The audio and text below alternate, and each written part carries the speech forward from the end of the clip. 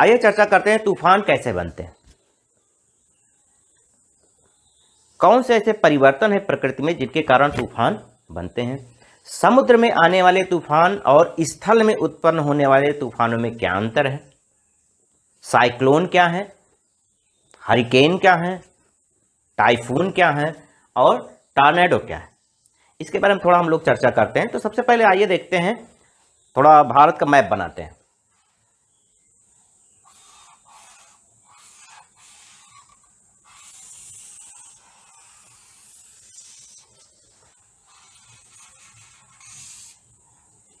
आधा मैप बनाया है समझाने के लिए। तो इसमें हमको देखना क्या है, यहां पर बंगाल की खाड़ी है, बंगाल की खाड़ी, और इधर है आपका अरब सागर।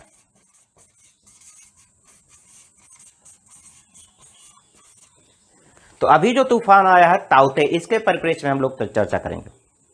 होता क्या है कि समुद्र में पानी है, तो अगर वहां पर तापमान में बढ़ोतरी हुई, तापमान बढ़ा समुद्र में, तो होता क्या है, समुद्र में तापमान बढ़ेगा तो आसपास की हवा भी गर्म होगी। विज्ञान का एक सीधा सिद्धांत है कि जैसे हवा गर्म होती है तो गर्म हवा कहाँ जाती है, ऊपर की तरफ जाती है। मान लीजिए अरब सागर के पास यहां पर टेम्परेचर बढ़ा, टेम्परेचर बढ़ने के बाद टेम्परेचर कहाँ गया होगा, ऊपर की तरफ। हवा गर्म हुई, हवा गर्म हुई तो हवा कहाँ, गर्म हवा कहाँ जाएगी, ऊपर की तरफ जाएगी। हवा ऊपर की तरफ चली गई भाई, ये हवा ऊपर की तरफ चली गई। अब जब हवा ऊपर की तरफ गई तो क्या हुआ, यहां पर स्थान खाली हुआ।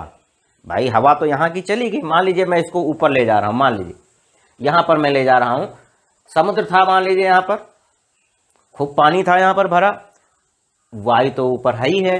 तो जब टेम्परेचर बढ़ा, टेम्परेचर जैसे बढ़ेगा क्या होगा, सबसे मेन चीज है हवा ऊपर गई। हवा ऊपर गई है तो क्या होगा, यहां पर हवा नहीं रहेगी। अब क्या होगा, ऊपर जो हवा रही होगी, ऊपर की हवा इस हवा से तो थोड़ी ठंडी रही होगी ना, ये तुरंत नीचे आएगी। क्यों आएगी, इसकी जगह भरने के लिए। अब क्या हुआ, ये फिर गर्म हुई, ये फिर कहां भागेगी, ऊपर जाएगी, और ऊपर वाली हवा तब तक ठंडी हो गई, जो नीचे से गई थी फिर नीचे आएगी, और क्या बनेगा, चक्रवात। क्या बनेगा, चक्रवात। और यह चक्रवात क्या करेगा, समुद्र की लहरों से भी टकराएगा, साथ में ये यहां पर बादल भी बनेंगे। टेम्परेचर चेंज हुआ, संघनन हुआ, बादल बने, भयंकर बरसात होगी। और ये बरसात कहां आएगी, बादल किधर आएंगे, थल की ओर, यानी गुजरात की ओर आए ये बादल, और इन बादलों ने भीषण तबाही मचाई। बादल से पानी गिरा, हवा जो चक्रवात थी, चक्रवात के कारण पेड़ पौधे बिल्डिंग सब नष्ट हो गई। तो ये होता है तूफान आने का बेसिक फंडा। तूफान आने का बेसिक फंडा है कि हवा गर्म हुई, हवा ऊपर गई, ऊपर की हवा नीचे आई, नीचे की हवा गर्म होकर फिर ऊपर गई, फिर ऊपर की हवा नीचे, और एक चक्र बन गया, चक्रवात। क्या बन गया, चक्रवात बन गया। इसी बीच में टेम्परेचर लगातार बदलने के कारण बादल बने, और हवा की गति के कारण किधर की ओर आए, स्थल की ओर आए, और स्थल की ओर भीषण उत्पात इन्होंने मचा दिया। अब तूफान की गति क्या होती है, देखिए कुछ तूफान ऐसे ऐसे आएंगे, कुछ तूफान ऐसे ऐसे जाएंगे। क्यों, कौन से तूफान ऐसे हैं, जैसा कि आपको मालूम है कि विश्व को दो गोलार्धों में बांटा गया है। ऊपर की तरफ क्या है, उत्तरी गोलार्ध, नीचे की तरफ दक्षिणी गोलार्ध। तो क्लॉकवाइज,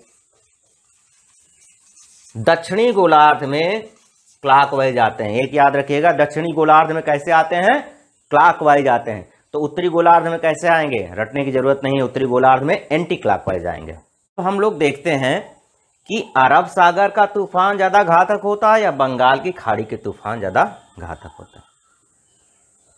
तो वास्तविकता यही है कि बंगाल की खाड़ी के से उठने वाले तूफान ज्यादा घातक होते हैं। उड़ीसा, बंगाल, आंध्र प्रदेश इसमें बहुत उत्पात मचाते हैं। क्यों ऐसा क्यों होता है? इसके लिए आप ये जान लीजिए, यहाँ के समुद्र, इस तरफ का जो समुद्र है, बंगाल खाड़ी का हिस्सा है, वो अपेक्षाकृत गर्म ज़्यादा है, गर्म ज़्यादा है। तो गर्म ज़्यादा हुआ तो हवा ज़्यादा ऊपर की तरफ उठेगी, यानी कि चक्र ज़्यादा बनेगा वात का। ठीक है, नंबर 1 अपेक्षाकृत इधर से ये ज़्यादा गर्म हिस्सा है। दूसरा क्या है? दूसरा है कि इसकी जो स्ट्रक्चर, यहाँ की जो स्ट्रक्चर है, जो उड़ीसा और आंध्र प्रदेश और बंगाल का जो स्ट्रक्चर है, वो स्थल इनका समतल अपेक्षाकृत इधर की अपेक्षा। तो क्या होता है कि तूफान आया, इसको रोकने वाली स्ट्रक्चर नहीं कोई बनी, प्राकृतिक कोई संरचना ऐसी नहीं बनी है इधर कि वो इस तूफान को रोकने का प्रयास कर सके। अगली चीज़ क्या है, इधर का जो हिस्सा है समुद्र का, ये थोड़ा सा उथला ज़्यादा है। तो समुद्र जब उथला ज़्यादा होगा तो क्या होगा, यहाँ से हवाओं के प्रभाव से जल बहुत तेज़ी से अंदर की तरफ आएगा, यानी कि यहाँ बाढ़ की भी स्थिति आ सकती है। 3 चीज़ें हैं, अपेक्षाकृत गर्म ज़्यादा है, दूसरा स्थलीय आकृति जो है, जो स्थल है उड़ीसा और आंध्र प्रदेश के जो तटीय क्षेत्र हैं, ये अपेक्षाकृत समतल है।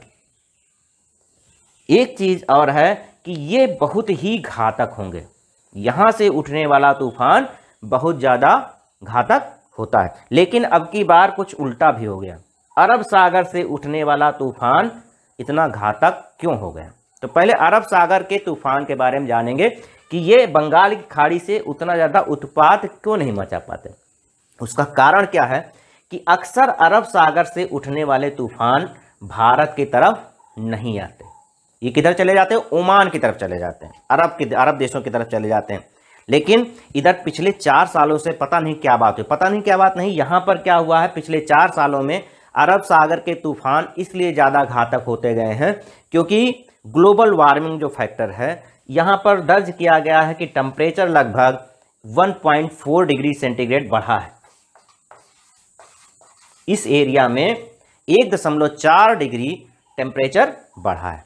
टेम्परेचर बढ़ा तो कुछ ना कुछ खुराफात जरूर होगी, और इस टेम्परेचर बढ़ने का कारण कौन हो सकते हैं?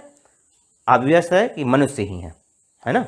तो यहाँ पर टेम्परेचर बढ़ गया, इसी कारण टेम्परेचर बढ़ने के कारण पिछले 4 सालों में अरब सागर में 4 तूफान आ चुके हैं, जिसमें ताउते जो अभी आया है, ये ताउते इसलिए ज़्यादा घातक हो गया क्योंकि इसको रोकने वाला ये ओमान की तरफ नहीं जा पाया, ओमान की तरफ नहीं जा पाया और घूम गया किधर? गुजरात की तरफ। अब इधर के तूफान अपेक्षाकृत घातक इसलिए नहीं होते थे क्योंकि यहाँ की स्थलीय आकृति दूसरी तरह की, ये स्थलीय आकृति हवाओं को बहुत आसानी से अंदर जाने नहीं देती थी। कुछ न कुछ यहाँ पर ऐसी संरचनाएं हैं जो कि वायु के वेग को ऑब्स्ट्रक्ट करती, रोकती। यह हिस्सा पहले अपेक्षाकृत ठंडा था बंगाल की खाड़ी के हिस्से से। अब देखते हैं तूफान कितने तरह के होते हैं, तूफान कितनी तरह के होते हैं। सबसे पहला तूफान तो आपने देख ही लिया, ट्रॉपिकल साइक्लोन है जो अपने यहाँ आ रहा है, ट्रॉपिकल साइक्लोन, इसको कह सकते हैं साइक्लोन या चक्रवात।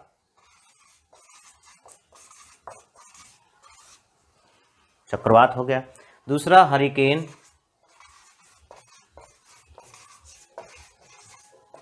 अगला टाइफून,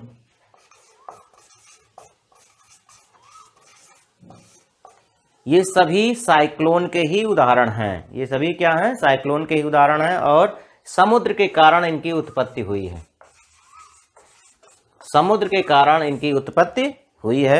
एक निश्चित गति सीमा है 70 या 75 किलोमीटर पर आवर, उसके ऊपर का तूफान हुआ, समुद्र के कारण आया, तो 3 तरह के हो सकते हैं। चक्रवात, ये अपने यहाँ जैसे साउथ पैसिफिक सी है,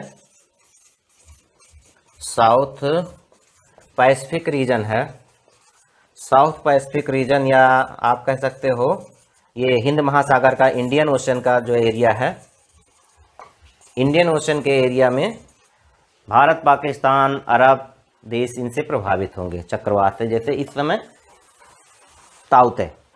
इसके बाद आता हरिकेन। हरिकेन नाम बदल दिया है, वही चीज, हरिकेन का नाम क्या है? ये कहाँ होगा? यूरोप,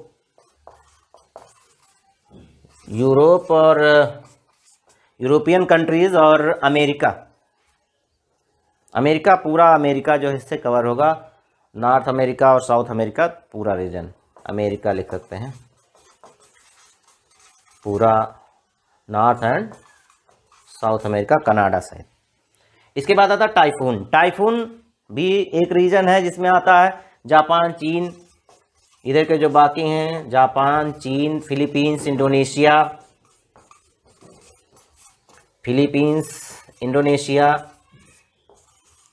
कोरिया, उत्तरी कोरिया, दक्षिणी कोरिया और रूस का थोड़ा क्षेत्र, ये आता है, इसमें इसको कहा गया टाइफून। चक्रवात अपने क्षेत्र में, जैसे भारत, पाकिस्तान या अरब देश हैं या बांग्लादेश है, इधर क्या है साउथ पैसिफिक रीजन में, इंडियन ओशन में, इसको कहेंगे ट्रॉपिकल साइक्लोन। क्या कहेंगे? ट्रॉपिकल साइक्लोन कहेंगे।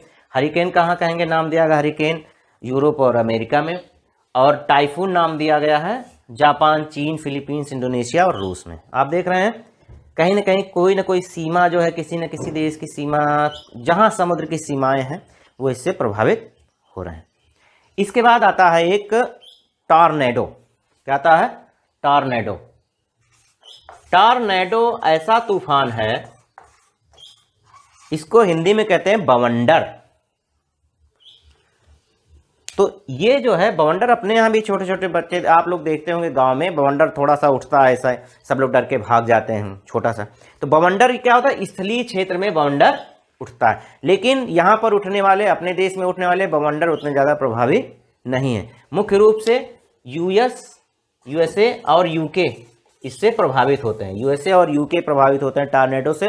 टॉर्नेडो ऐसा बवंडर है जो कि अल्प अवधि के लिए आता है। अल्प अवधि मतलब मिनट से लेकर घंटे तक, 1-2 घंटे तक इसका प्रभाव रहता है। 1 किलोमीटर से लेकर 4 किलोमीटर तक का अभ्यास हो सकता है इसका। और लेकिन ये खतरनाक इतने ज़्यादा होते हैं कि 480 किलोमीटर के वेग से चलते हैं। अगर कोई चीज़ बीच में आ गई इसके तो क्या होगा? उठाकर ऊपर ले जाते हैं। इसमें भी वही फंडा है कि हवा गर्म हुई, नीचे आई, उसके बाद कीप की तरह की आकृति बन जाती है। ये बवंडर ऐसे बनते हैं इस तरह के, और क्या करेंगे? ये सबको ऊपर ले जाएंगे। बहुत ही घातक होते हैं, अल्प अवधि के होते हैं, 480 या 500 किलोमीटर की रफ्तार चलने वाले होते हैं, लेकिन इनका रेडियस कम होता है। कोई आपसे पूछे कि टॉर्नेडो और साइक्लोन में अंतर क्या है, कौन सा ज़्यादा घातक? साइक्लोन का प्रभाव ज़्यादा समय तक रहेगा, इसका रेडियस कह सकते हैं आप 150-200 किलोमीटर तक का होता है, और इसका मुश्किल से 1 किलोमीटर होता है। ये 2 किलोमीटर हो सकता है, ज़्यादा से ज़्यादा 4 किलोमीटर हो सकता है। किसका? टॉर्नेडो का। इसकी स्पीड 200-250 किलोमीटर मैक्सिमम जा सकता है ये चक्रवात, लेकिन टॉर्नेडो 480-500 किलोमीटर तक इसकी स्पीड हो सकती है। तो इसके बीच में कोई चीज़ आई तो हो सकता है बच भी जाए, लेकिन इसके बीच में अगर टॉर्नेडो के बीच में कुछ आया तो इसका मतलब है कि आसमान की ऊंचाइयों तक जाना है।